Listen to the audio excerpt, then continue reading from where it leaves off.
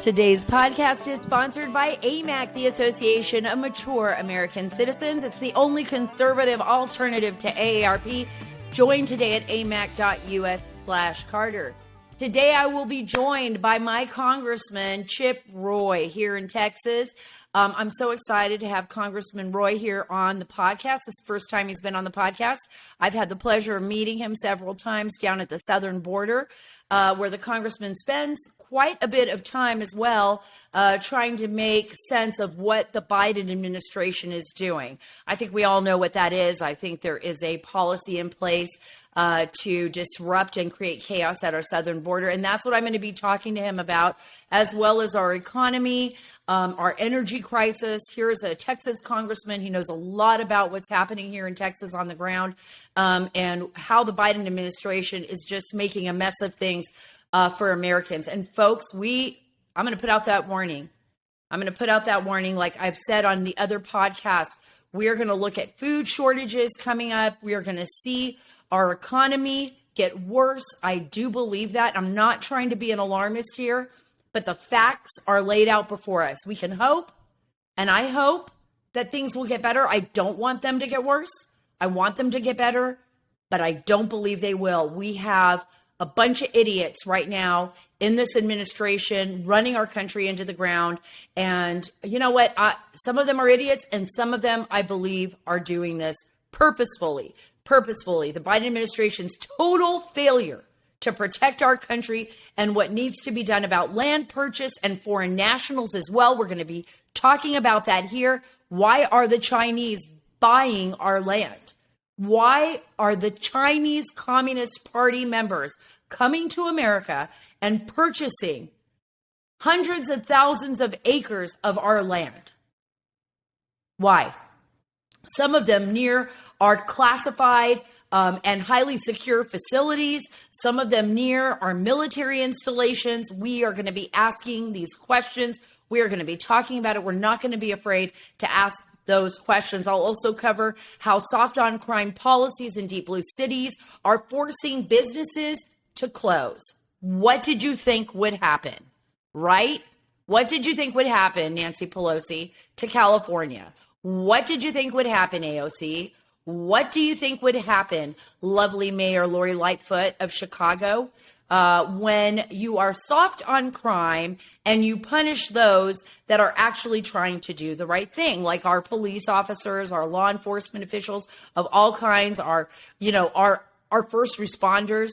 What do you think is going to happen when you punish them and you give all the rights to the criminals? Please follow and subscribe. Get all the links at saracarter.com. That's saracarter.com. And folks, while you are there, I would like you to sign up for our email list so that you do not get shadow banned. This way you and I can stay in touch. I can send you all the latest stories. I can send you my columns, and you can see what the latest is. And by the way, you can get all of our links for all my social media and get all the downloads there as well. Very important. I read your emails as well. So please feel free to email me, leave a review wherever you get your downloads, wherever you get your podcasts. Go ahead and do that. Leave a review and I will read them as well. And before we get to Congressman Chip Roy, before we get there, I want to talk to you a little bit about what happened on my weekend. Some of you may have seen it because you follow me on Instagram. I posted a little bit on Twitter, but Twitter is more political, I think, sometimes. So I don't put as much on there. But my beautiful, beautiful daughter, my baby girl, Sophia, got married this weekend in Wyoming. And it was just, I'm going to cry. It was one of the best days of my life. You know, having her, having my children, I love my kids. I love all my children. My husband and I have 6 between us. And to see Sophia, our second that is now married, our oldest, Erica, is married and has 4 beautiful children, and they're just amazing. But to see Sophia walk down that aisle, like she just looked like the most beautiful princess I'd ever seen in my life. And she was just so happy. And I was just so happy for her and Parker. And you know, we wanted that weekend to be just the best day of her life, right? And we made it so that it was family and close friends.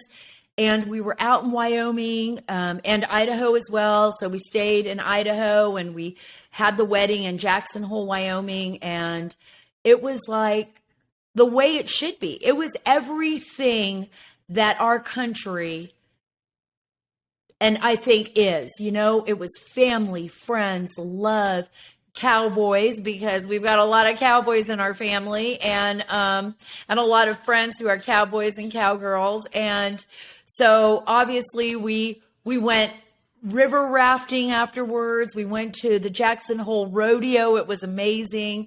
It was just spending time together, barbecuing by the campfire, sitting out at night and, in the mountains. And we could see the Grand Tetons from where we were at on both sides. And it was just stunning. And I think every part of that weekend was like literally a dream for me. It was a dream to see my children so happy. Thankfully, no family dramas. I know we all have them sometimes. This weekend, everybody was on their best behavior. There was no family dramas and not even a thought of it. Everybody was just so happy. And I'm just going to cherish that memory for my life. And, just seeing my husband out there so happy. And, her father was there and her uncles and just everybody together and getting along made me realize this is what we're fighting for, in our country. We are fighting for our families. We are fighting for our children. We are fighting to retain their great culture and history that makes us America, right? What makes us all so proud of this nation. What makes me so proud of saying I'm an American. I had never once in my life traveled overseas and felt embarrassed of being an American. Ever in my life. I brag about it with bragging rights. I love it. I love saying I'm an American because we're a melting pot of so many people, of so many cultures. True, we have history just like every other nation on earth. It's not perfect. We are not perfect, but we strive to be more perfect.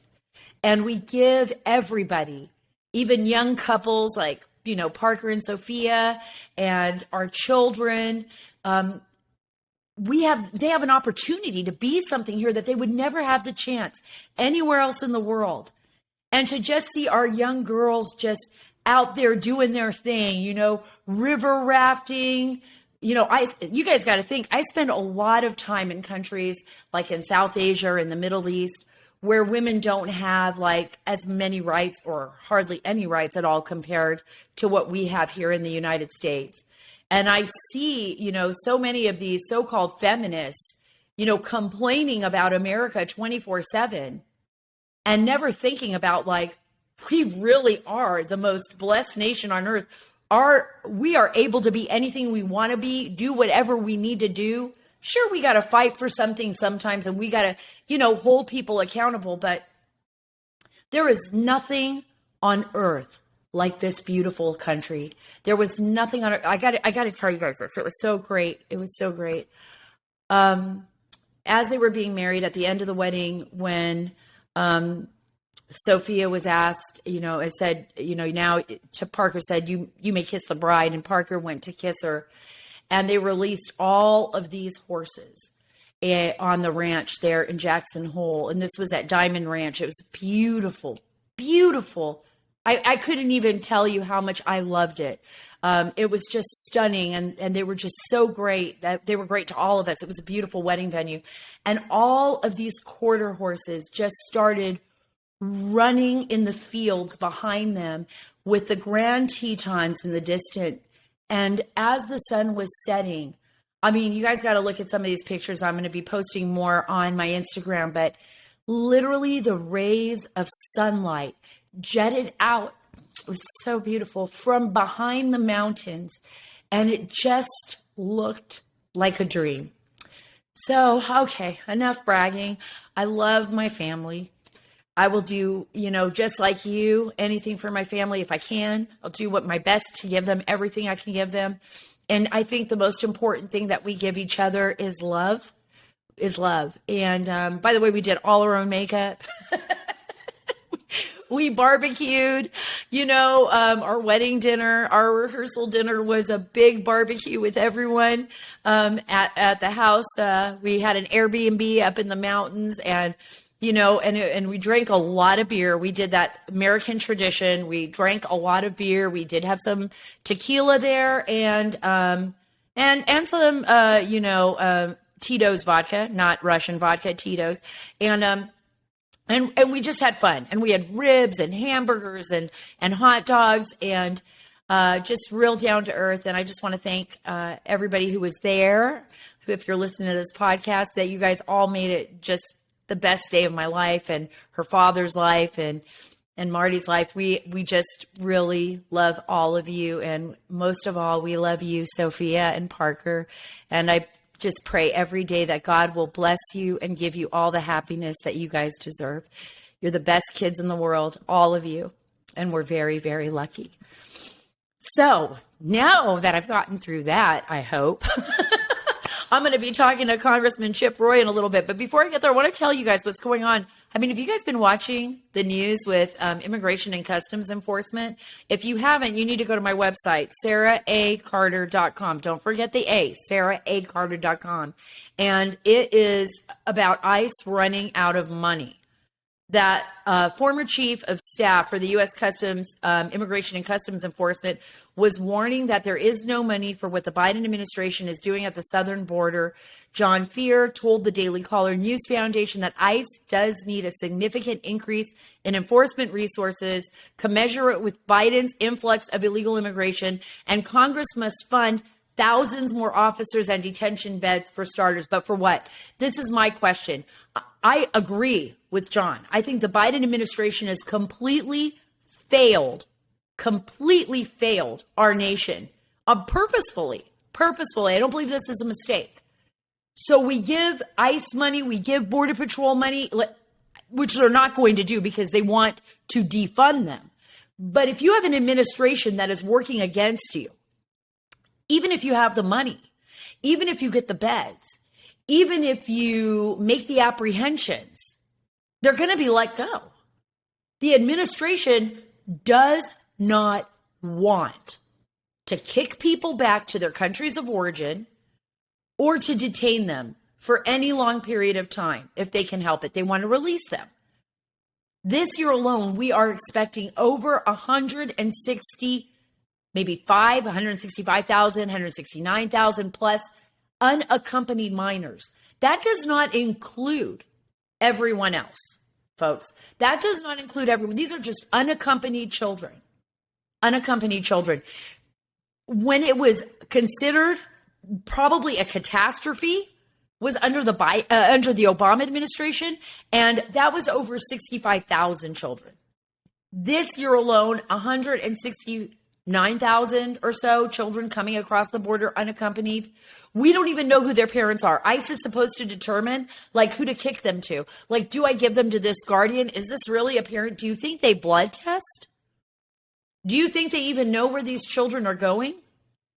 These children, and many of the people that are coming across that border, adults as well, are being trafficked by human traffickers, almost all of them, into the United States, and drug traffickers.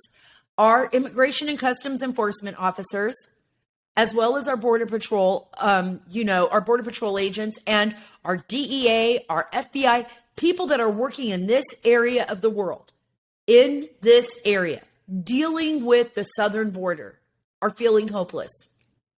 There's nothing they can do. Give them all the money in the world. If the administration does not back them, if they don't have the backing of Congress, remember, November cannot come fast enough. If they do not have that, what use is it? What can they do? Look at what's happened to many of our agents on the border. Many of them are terrified of doing their job. They're afraid that they are going to be stuck in a mess if they go after one of these migrants and something goes sideways, that they have to defend themselves, that they have to shoot at one of the migrants, or let's just be honest, if they have to shoot at one of the drug dealers bringing dope across the border, if they're being threatened. These Border Patrol agents, these immigration and customs enforcement officers do not have anybody to back them. I was talking to them just this past week. I've been talking as well to Texas DPS. And they said, this is a mess. This is the reason why Texas DPS under Governor Greg Abbott is delivering all the people. Abbott said, go ahead, National Guard, pick them up. Go ahead, DPS, pick them up, take them to the border. Take them right back over to Customs and Border Protection, drop them off at the port of entry, let the feds handle it there. National Guard, DPS, drop them off. Because you know what's happening? They're coming across the border and they're just disappearing into our communities. And that's what's going on. And Governor Abbott and the rest of them want the rest of America to see what's actually going on. And you know what? If you allow Border Patrol, it's not their fault. DHS is telling them to do this, to wrangle up 300 and 400 behind a pecan orchard out in Del Rio and hide them by putting them onto a bus and then shipping them away. The American people have no idea what's going on. They won't know that over 2 million people, nearly 3 million, have come into this country since Biden was put into office. They won't see the 165 plus thousand or whatever they're expecting children to come across the border. They won't see it. It's all smoke and mirrors, guys. If we don't demand from our congressional, offices, and from our lawmakers and from this executive branch that they protect us, protect our nation, and by the way, protect the people that are being trafficked into this country, because there is such a thing as human slavery. You all heard it on my previous podcast with Rosie Orozco. She's doing everything she can. And this isn't like, oh, I'll deal with this later. This isn't my problem. No, it really is your problem.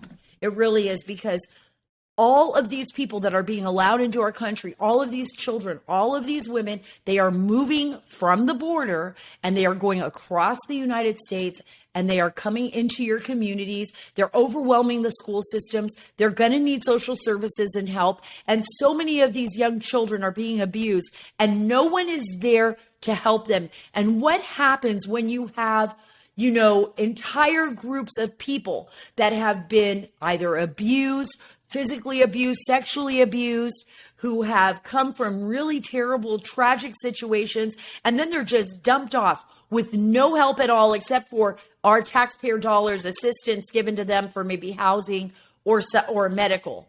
What do you think happens in those circumstances? We're going to be talking about what happens in America under those circumstances in communities like San Francisco and Chicago. We're going to talk about that later in the show, but where you have crime surging and radical leftist Democrats doing everything to impede the ability of law enforcement officers in the interior to do their jobs. So now businesses are closing. And some of them deserve to shut down. This is where you have woke businesses that basically ostracize and cancel people who were telling them, look, you can't do this. I was in Portland. I saw it for myself. I go to San Francisco. I saw it for myself there. LA, I've seen it. I've seen it in Chicago. I've seen it in other parts of the country where you have Democrat-run cities and you have people there trying to defund police, creating these low bail, no bail laws, not allowing police to do their jobs when they make arrests, saying, well, you can, steal up to $900 worth of stuff and we're not going to really do anything to you. Okay. Well, then you're going to have lawbreakers that are going to steal $900 each. You're going to have people raid Walmart or raid a Walgreens or go into a CVS and just steal up to $900 worth of merchandise, each one of them, and then walk out the store without even worrying about being arrested by a police officer. So this is a problem across our entire country, guys. We really have to remember, and this is going back, I know I'm going back to the wedding again, but it was just such a moment for me. It made me realize this is what our nation is all about. This is that was a great American weekend. That was a weekend that really made me realize again that this is our only life here. This is our nation. We're trying to preserve it for the future, for our children, for our grandchildren. This beautiful land where you have family, where you have the great frontier still, you have cowboys, where you have ranches. We still have ranches. I know they're trying to get rid of them, but we still have them. Where we want to preserve our culture. We're a mix of people from all over the world, but our culture is a significant one. It's one that believes in law and order. We believe in justice. We believe in freedom. We believe in liberty. And we're watching that slowly erode. And we cannot let that happen. We cannot let that happen. And I hope y'all get to take a great weekend away with your families and find a place in America where you can go and just either go camping or go rafting or hiking and just spend some time away from everything and just put it all into your families, into your children, and just let them know how much you love them and just enjoy it. I'm telling you, once you let that spirit of America back in, you're going to be ready with me for the fight of your life. This is going to be for the fight of our lives, for the fight of our nation come November. We're all going to get out there and we're going to do our part, and we are going to make sure to preserve this nation and, and our way of life, so that future generations of Americans that are going to come here the right way, a legal way, are going to have the same blessed opportunities that we have here. Hey guys, before I get to Congressman Roy, I want to tell you about My Pillow. You know I love My Pillow. I love My Pillow slippers. I love My Pillow dog beds. All my dogs have them. I love My Pillow sheets. I love Mike Lindell, and I love his company, a great American company that sponsors this show. Thank you so much, Mike, for being such a great part of this show. And now we have the sale of the year. Listen to this. On My Pillow bed sheets, queen size regular price $89.98 is now only $39.98 with the promo code. I'm buying them. I'm buying them. You buy them. These are the best sheets ever. They're soft, they're beautiful, they're breathable, and they're cool and crisp. And no matter how many times you wash them, they are amazing. So go to mypillow.com/Carter. While there, take advantage of the buy one, get one free sale on My Pillows, towel sets, and so much more. Visit mypillow.com/Carter or call 1-800-685-7221 today for the sale of the year on My Pillow Percal bed sheets. mypillow.com/Carter or call 1-800-685-7221. I'm so happy to have Congressman Chip Roy of Texas. The first time you've been on my podcast, Congressman Roy. Thank you so much. Well, it's a pleasure to do it. It's a pleasure to be with someone who's not only a great voice for conservatism, but a constituent, and blessed to have you in Texas and blessed to be on the show. Well, thank you so much. I am blessed to be here in Texas. I think this is a phenomenal state. I spent so much of my career covering stories out here. I feel like it's home for me. In fact, some law enforcement officials joke around that this was my home even before I moved here, just because I've spent so much time here. And that's something I want to talk to you about, because I just want to start off at the top. And it was a headline that came up several days ago. Chip Roy rages as Mexican president over Beto O'Rourke endorsement. I mean, I don't think that surprised me coming from AMLO, who is a leftist radical anyways. But just the fact that a Mexican president is getting so vested and involved in U.S. politics the way that he has, and the way I've seen in the past, that's got to be very frustrating. Yeah, it's a little bit galling. I mean, look, to have the president of Mexico come out and endorse the Democratic candidate Beto O'Rourke against my governor, against Governor Greg Abbott, because the governor is daring to take steps to try to fill the void that this President Biden is leaving at our border, take steps to try to secure our border. Maybe not, frankly, even as far as I might go, but to do the things like put razor wire, put containers down there, deploy DPS troopers, go fill the gaps, back up Border Patrol, a Border Patrol that is overwhelmed because this president refuses to do his constitutional duty, then have the Mexican president go after my governor, and to say that, oh, not only does he support Beto O'Rourke, he encourages, quote, his countrymen to support O'Rourke.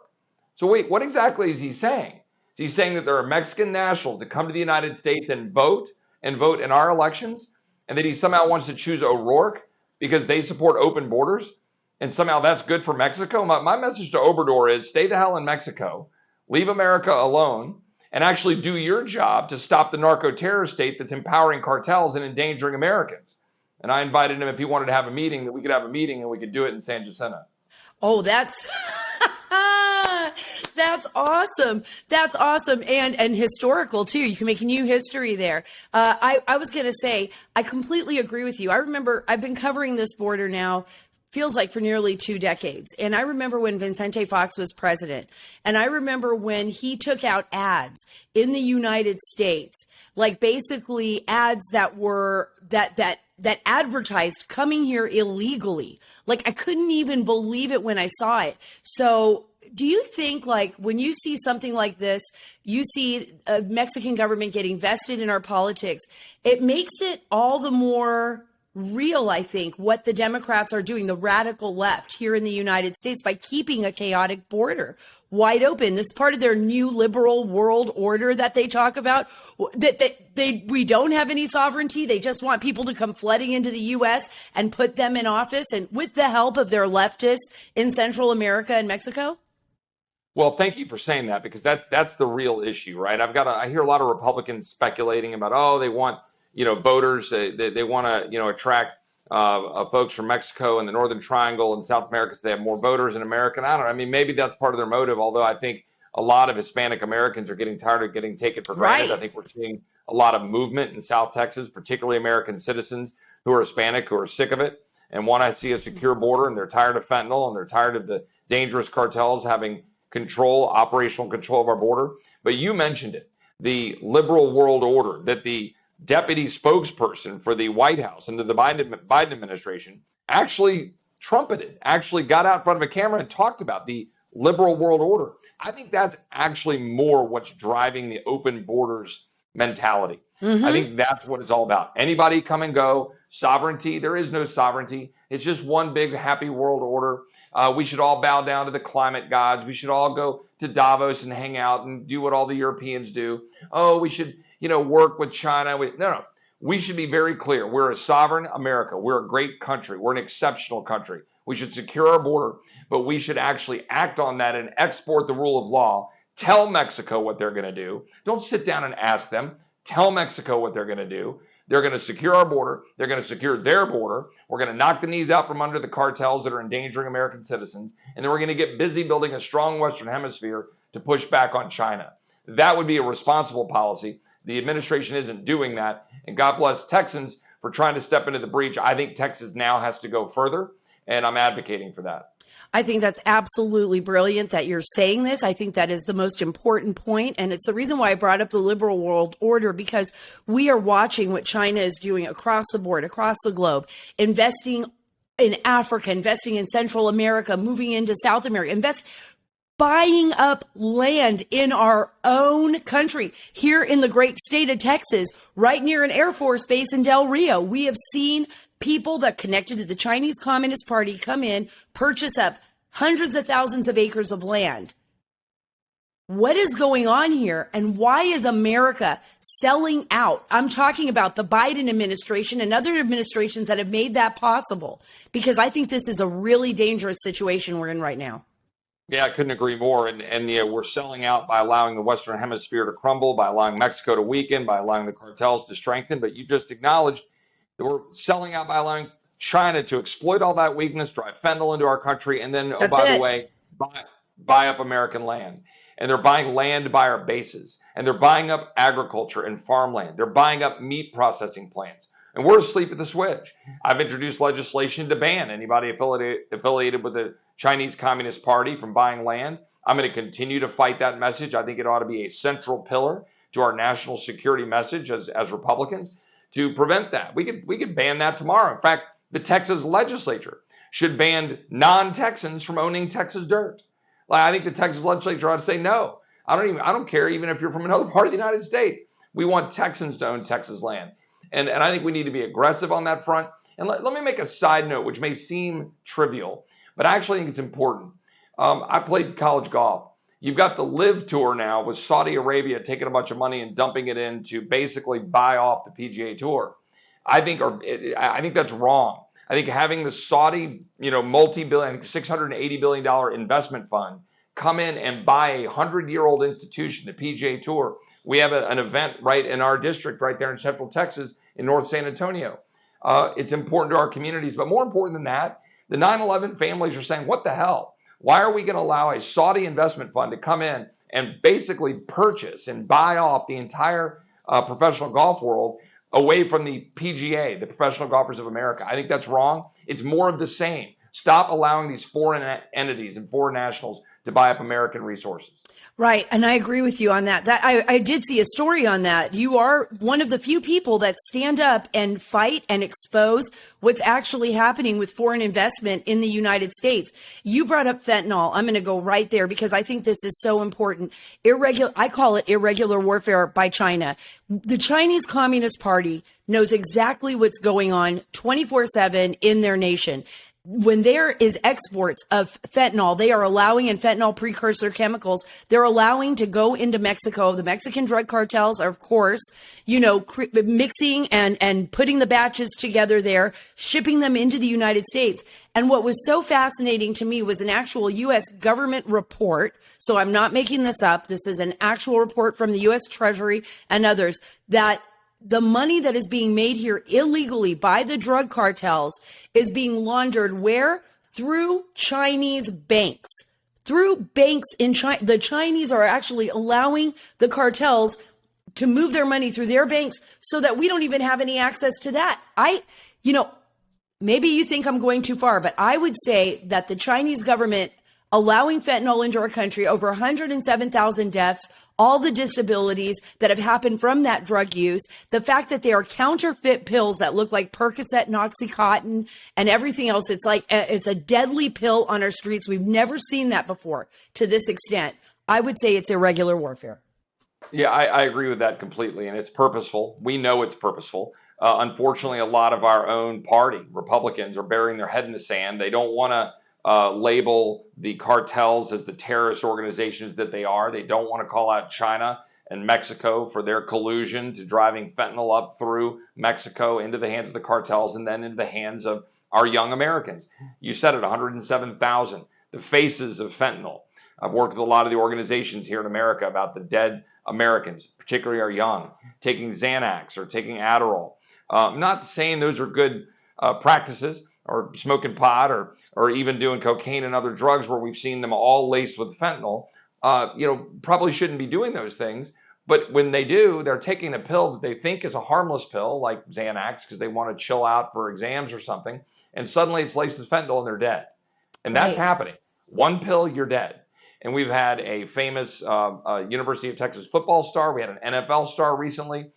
We've had numerous people in the district I represent where you end up having multiple deaths. You'll have somebody who took fentanyl, knowingly or unknowingly, but usually unknowingly because it's laced on something they thought was safe. They go into cardiac arrest. Someone there tries to help them, and then they go into cardiac arrest from the transitive property of this very, very dangerous narcotic. The American people don't understand what's happening. This makes the cocaine epidemic of the 80s look trivial.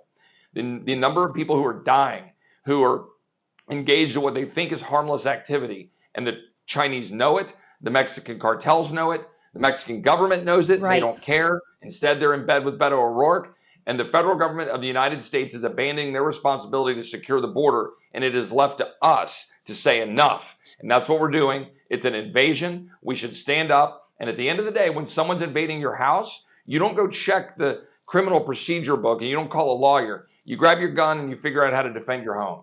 And that's where we are as Texans, and that's the way we need to think. Absolutely. Absolutely, Congressman. And I would say that the federal government, especially the Biden administration, is well aware of what's going on here in the state of Texas. And in fact, I think it is their policy It is their policy to create chaos and to leave the border wide open. I blame the Biden administration for the deaths under his administration because he knows what's going on, the humanitarian crisis at the border and the drug cartel crisis that we're facing at the border, including all that contraband. And over the last several weeks, several Texas counties have actually declared an invasion. I'm so proud to be from this great state of Texas right now. And you've spoken in support of these declarations. Is there any way to describe what's actually happening there and what steps need to be taken, what Americans can do? I think every American should support what the Texas counties are doing because it doesn't stay here in Texas. It goes to every single one of your states. Folks, it goes into your communities, into your schools, into your hospitals. It affects every part of our nation, what happens right here on our border.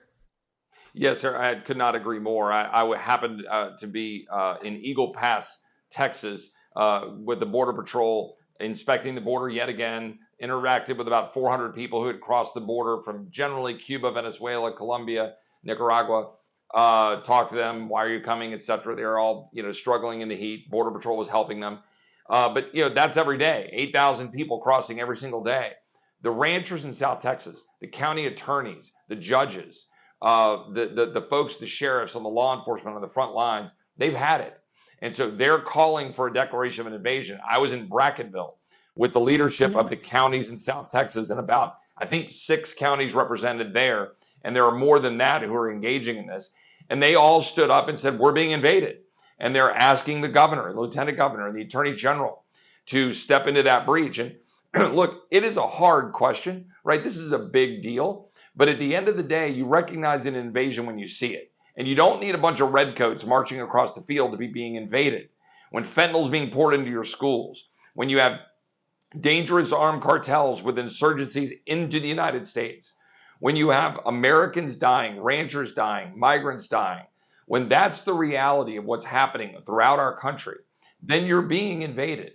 And that is something we have to take seriously. I'm glad the counties are. I think the state should. The Attorney General of Arizona issued an opinion. And just so everybody understands what that means, it means that the Constitution, the founders contemplated that if we're not being protected by the federal government through the compact that was the Constitution, then we do have the right as a state to stand up and defend our people. The Constitution says it explicitly.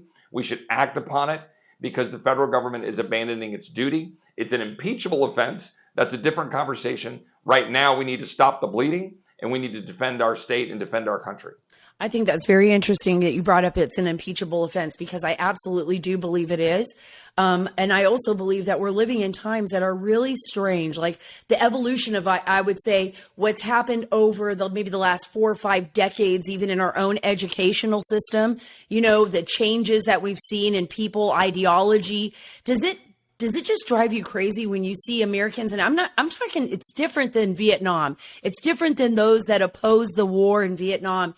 It's this feeling that our children and and especially our college grads, and a lot of them are being indoctrinated into this idea that America is some kind of colonialist, horrific nation, that our Constitution should be shredded and we should start all over again. I have never in my life would imagine hearing that from, and I'm hearing it more and more all the time.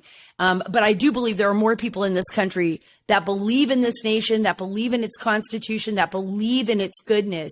And we see that at the border. Otherwise, people would be going to Russia, they'd be flocking to Cuba, flocking to Venezuela. But no, everybody comes here because everybody knows this is it. This is the last bastion of hope.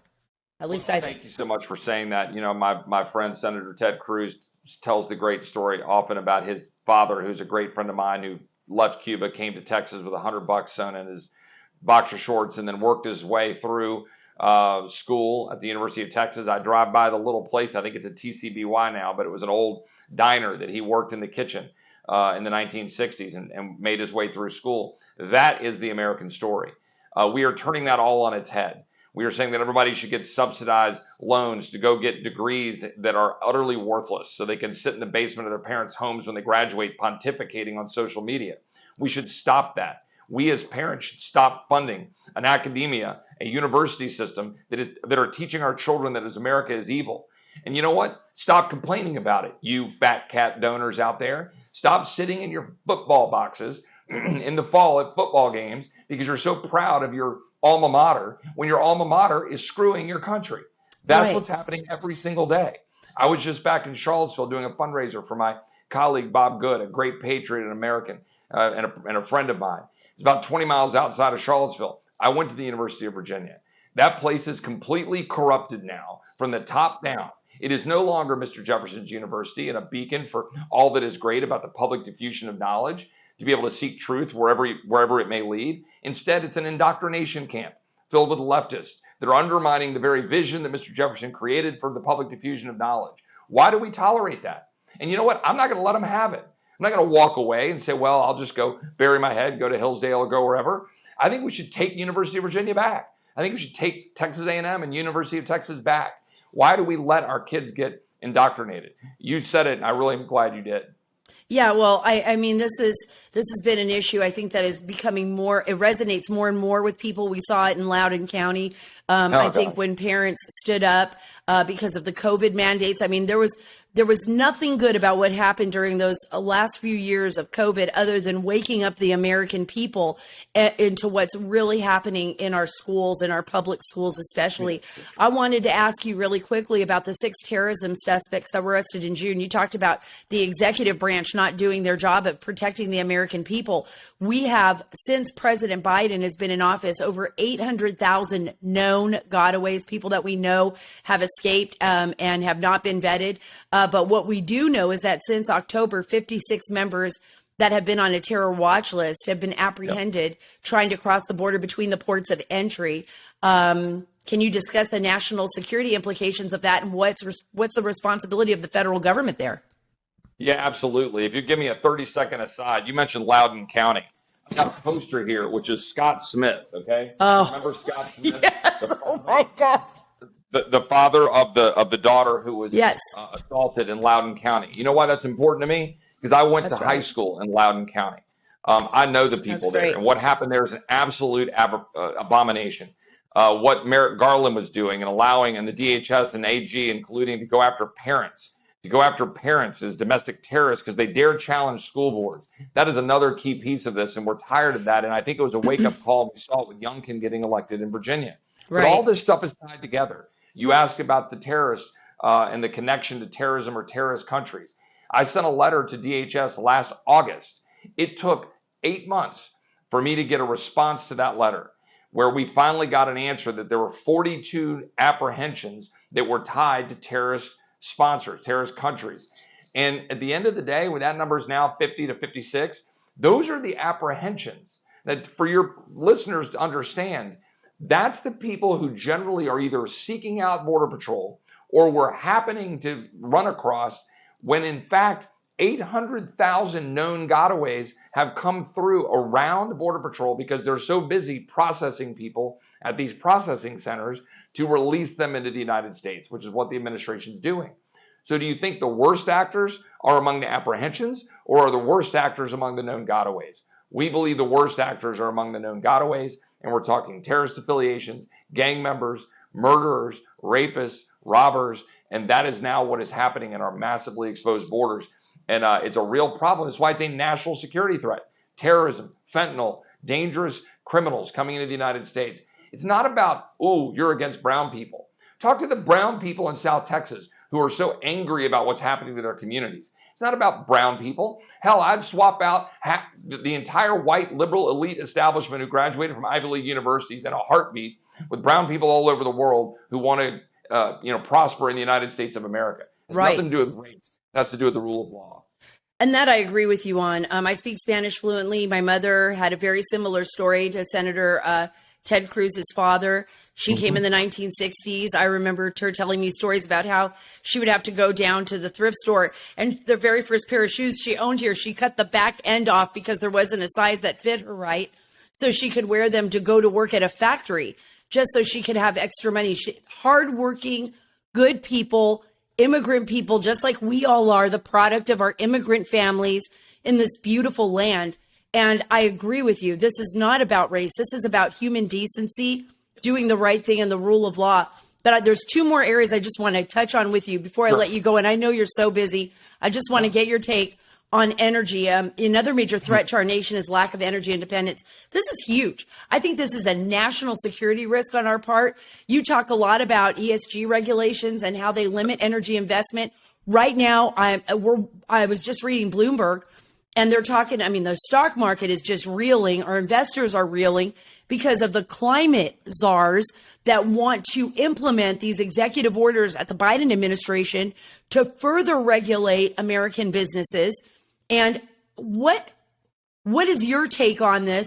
Can we survive this the next 3 years? I mean, we're already seeing gas prices. I don't care if they've dropped just 20 cents. Gas prices are through the roof for families. Our groceries are through the roof. We are paying an arm and a leg for everything. The American family is really feeling this inflation, which I say is we're in a recession right now, I believe. What do you say about what's going on here? And what can we survive this the next 3 years under the Biden administration? Yeah, well, it's hard to believe that the prices of goods and services are going through the roof when the federal government dumped $5 trillion and just printed that money and dumped it out into the economy.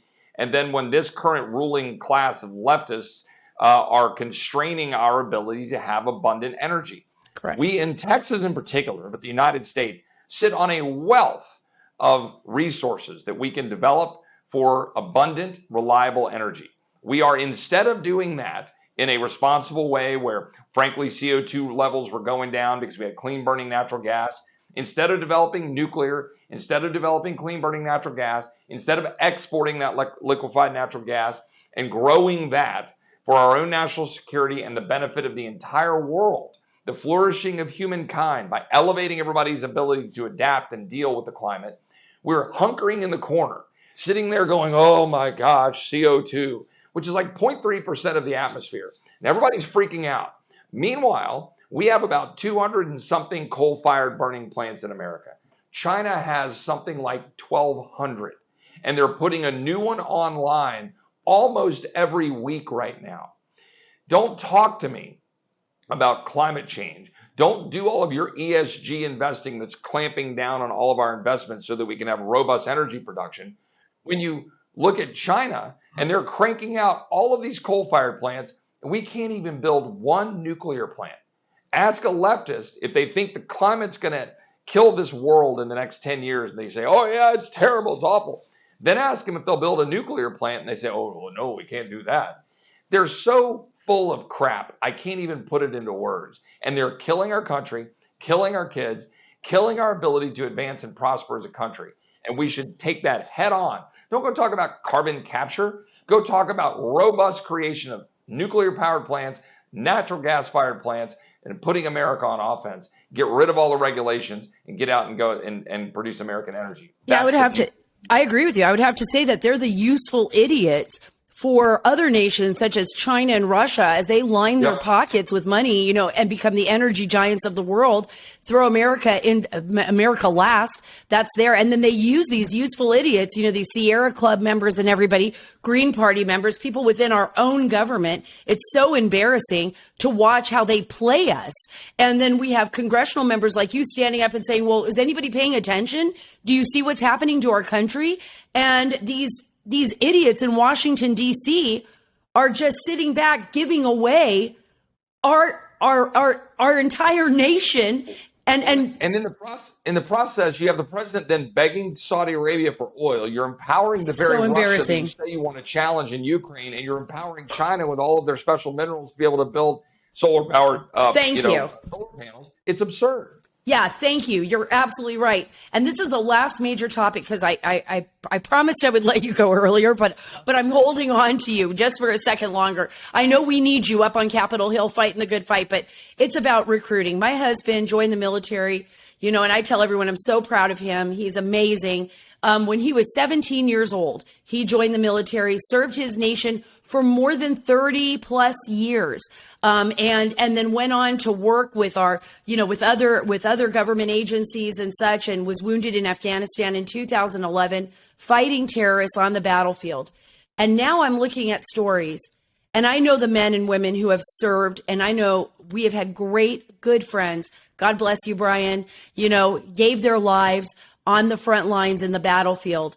And now I'm seeing, New York Times, everybody, with few able and fewer willing, the U.S. military can't find recruits. That's a New York Times headline. Fighting headwinds from the pandemic, and I think the New York Times is full of it, the tight labor market and demographic shifts, but I think here they may be a little bit right. But I think a lot of it has to do with the fact that we're not teaching our children to respect and love our country and to want to fight for it. I think something's happening in our schools, and they're turning against the military. Well, I think that's a big part of it. We already talked about our failed education system. We're teaching everybody that America's evil, that they should feel guilty about who they are. They should feel guilty about being white. They should feel guilty about everything that America stood for.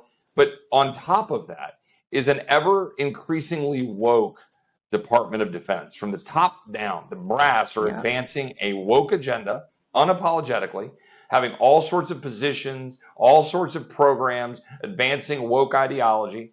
You have an advancement of ideas like mandatory vaccine mandates in the face of individuals who want to have their own health freedom, not because of military readiness, because there's no indication that the vaccine does anything at all to deal with the spread of the virus, but rather just deals with whether or not it hits you hard. And so there's no real basis for it, yet they're doing it anyway because it's a power play. So you want to know what's happening? We're at 40% recruitment levels right now in the United States Army. I was at Fort Sam Houston, which you know well, Joint Base San Antonio there in San Antonio. I was there 2 weeks ago with my staff. Their recruiting is very difficult. They are under where they need to be in terms of their recruiting levels. We have real problems with morale in the military. I had a 19-year-old major sitting in my office, and I'm not going to say his name, who was basically at the point of tears for a tough military guy. He was right on the edge of tears because he was staring at losing his ability to finish service in the United States military after 19 years. He was going to be generally discharged because he thought it was not in his health interest to take the shot. Now, how do you maintain a strong military when that's the case? And one final point. When you have the military defense industrial complex and all of the supposed Republican war hawks up here in Washington going out there and blindly supporting a National Defense Authorization Act, blindly supporting the military, when that bill continues this woke nonsense, doesn't stop the vaccine mandate, doesn't do anything to clarify what our role is in Ukraine $56 billion later, doesn't do anything to actually stop the tide of what's happening with our defense and tearing it apart, then what do they expect? So with all due respect to my Republican colleagues who never met a defense bill that they weren't going to support, how are you going to change things if you aren't willing to say no? And that, I think, is a question we need to ask as Republicans. Stop being reflexively hawkish and be intelligently hawkish to have a strong military sparingly used that has the tools it needs to carry out the job when it's called on to do it, and the care when they get home and then get the hell out of the way. Wow, thank God. Stop being reflexively hawkish. I like that. Instead, be intelligently hawkish. I mean, that's what we need. And I agree with you. I always say, don't be bedazzled by all the stars, I mean, we have to think intelligently what we're going to support our military on, and our men and women who are on the field, out there in the field, fighting the fight. We're asking them to sacrifice their lives in many cases, right? By being out there. I used to say that in Afghanistan all the time, in Iraq. What are we doing here if we're not giving them a plan of action to win and get the hell out? I mean, that's the important thing. Well, I can't tell you how awesome it's been to have you on the show. I would love to have you back on. I would love for you to come to my studio here in New Braunfels and be a part of the show in person. And thanks again. If there's any message you have for the constituents out here and for the American people who are, I think we're really feeling it. People are really nervous. And this I'll leave up to you. This will be the last question. What would that be? What would your message be to all of us? Well, first of all, have faith in the Lord. All of this is just us, treading water, buying time on this planet while we're waiting to be with our Lord one day. And so all will be well. And as Americans, we know that. As Americans, we are great. We are great. I was never an enormous lover of the Make America Great Again slogan because I helped Governor Perry with the book. In the first chapter of the book, the title was America is Great, Washington is Broken.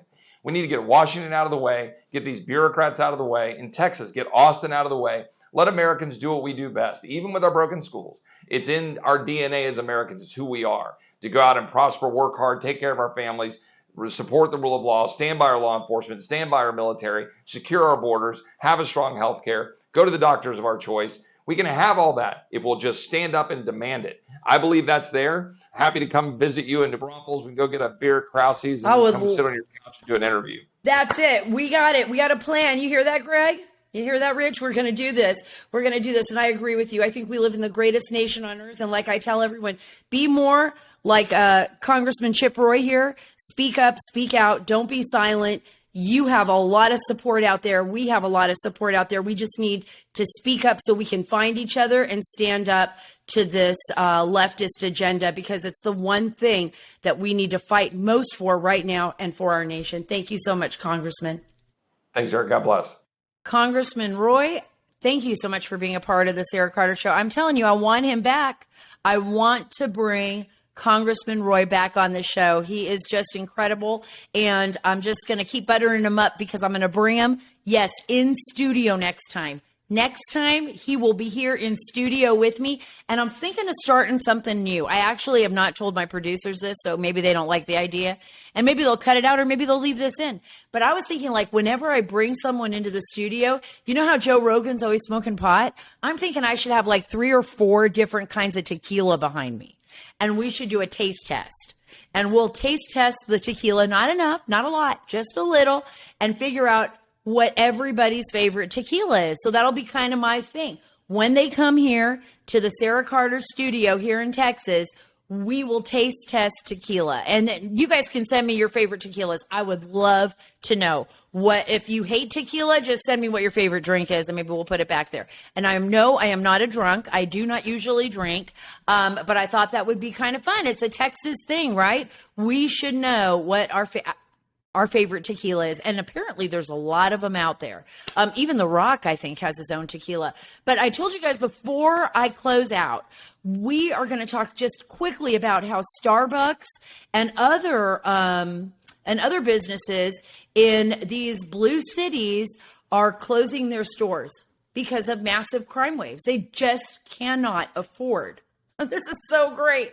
These are the people that really wanted all of these woke DAs, these district attorneys that are hanging out, getting funded by George Soros, like we saw in San Francisco, like we've seen in Seattle, like we saw them try to do in Fairfax County, Virginia, and all across the board, all of LA, all these Soros-funded DAs and these, totally liberal ideas. Oh, by the way, those liberal ideas are meant for us, not for them. They have huge mansions with gates around them. Just look at Nancy Pelosi's house online. Look it up. Look up these folks, Barbara Streisand, all these people that tell us how to live our lives are not living the way that they tell us to live. They live completely different.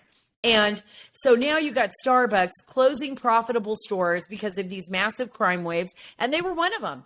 They were one of them, They were the, drumming it up, do what you wish, live your life, don't, low bail, no bail. We got to help everybody, butterflies for all, until all of their stores were being ripped off, until vandalism took over, and now they've got to shut down. You guys remember, if you saw me on Sean Hannity in Portland, you would have seen for yourself, just Portland alone, the disaster that beautiful city has become. I loved Oregon. I was like, oh my goodness, look at these trees. And, just like everything I talked about in the beginning, these beautiful American cities with these gorgeous, history and everything, and then just falling apart. And our children falling apart, and just drugs rampant everywhere, heroin addiction, crack everywhere, people living on the streets in their own filth. It just mental illness surging, the Chinese communists just taking advantage of our open borders because of all of these ridiculous blue crime waves happening because of these policies from Democrats that could care less about our country, could care less about our nation, and are trying to implement these ideological, I don't even know, these kind of political views that will never work. At least not for us. They might work for them. Let me read you this. It's from Breitbart. The Starbucks Corporation announced last Monday that it's closing, listen to this, 16 stores in the United States because of safety concerns for workers. Do you want to know who suffers the most? Are the people in those poverty-stricken communities, the good people that want the police there. They want to arrest them. These criminals, they want them arrested. They want their children protected. Good guys don't usually buy guns legally. Not usually. Sometimes it happens, but not usually. You're not going to keep weapons away from a bad guy. You're not going to keep bad guys from busting into a store and stealing everything if there's no cops around to do the job. When I was in Portland, Oregon, they said they're not even arresting people selling dope on the streets anymore. They just can't. DA won't prosecute them. They just won't do it. So listen to this. The coffee retail will close permanently 6 stores in Seattle, Washington, and 6 more in the Los Angeles, California region. 2 stores will shutter. Where else? Portland, Oregon, and 1 store each in Philadelphia and Washington, D.C. And I'm pissed because when I travel to these cities, I want some Starbucks. I need to stay awake. And now they're closing down. So I'm just going to carry my instant coffee with me everywhere because in blue cities, right? We just got to do that. Carry your instant coffee with you. And by the way, bring some extra sets of clothes because other businesses have shut down. These cities are turning into crime wave, like some kind of crazy Batman movie, like Gotham City. You're just trying to survive 2 blocks.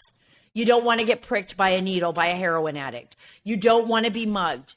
You don't want to be accosted, or you don't want a man to jump on you and try to rape you in the middle of a Walmart. I'm sure some of you have seen that video. This is just insanity. Insanity. So we got the store in Portland, Oregon, and 1 store each in Philadelphia and Washington, D.C. We read every incident report you file. It's a lot. Wrote U.S. operations leads Debbie Stroud and Denise Nelson in a message to employees on Monday. This is from Starbucks. We read every incident report you file, and it's a lot.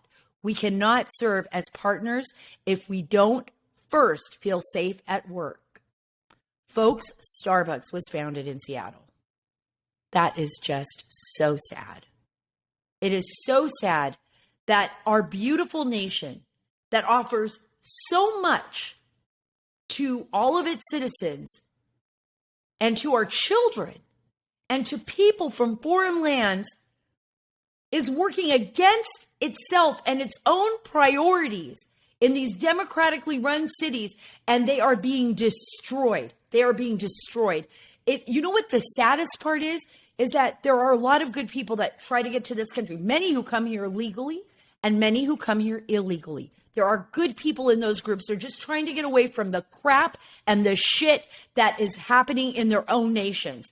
The corruption, the failure of the justice system to work for them, the failure of their own law enforcement and federal agencies to protect them. So they believe and they know in all their heart that if they come to America, that here they will have the opportunity that they never had anywhere else where they've come from, where they live, from their nation of birth, that they are willing to give all of that up and come here to give a life to themselves and their family that they would not be able to get there. And then they end up in another crap hole, like in the middle of Seattle somewhere, or Chicago, or somewhere in the worst parts of New York where there's no cops, where the gangs are in control, where the Democrats have actually allowed the criminals to have the upper hand.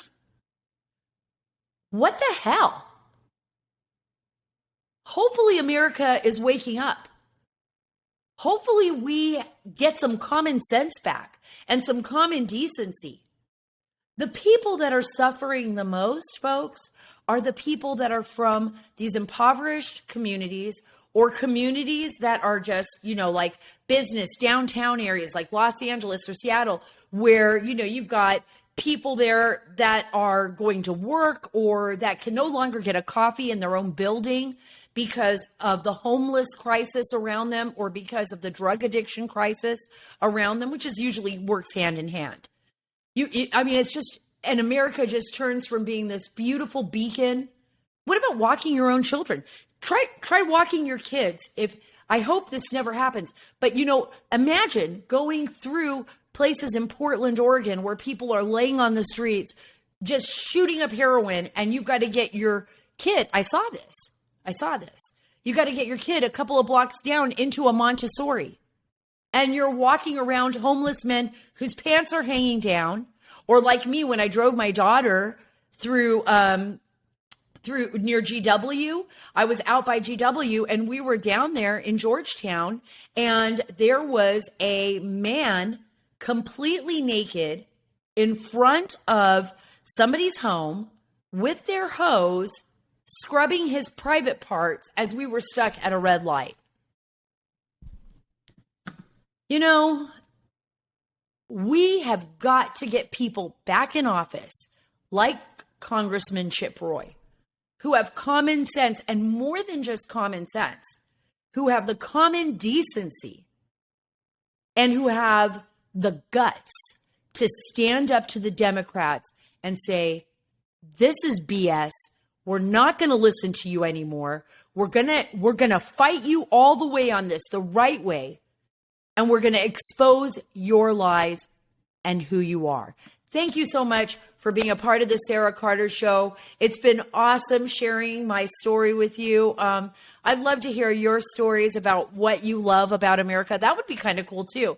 If you get a chance, and maybe we'll put this out there, or let my producers know to put this out on Twitter, or maybe a clip on YouTube. What would be really cool is if you guys could tell me what America means to you, and maybe we can read them here on the show, on the podcast, and just kind of get an idea and just start spreading the word. We have a lot to fight for here, folks. This is the most amazing nation on earth. Let's not lose it. There are warning signs everywhere, but it's up to each and every one of us to not be that silent majority.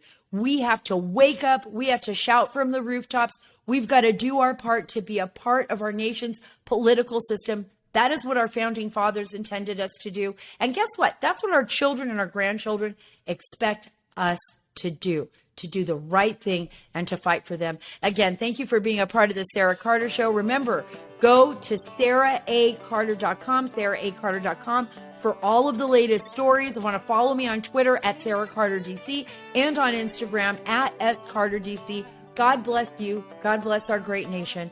And God bless the great state of Texas.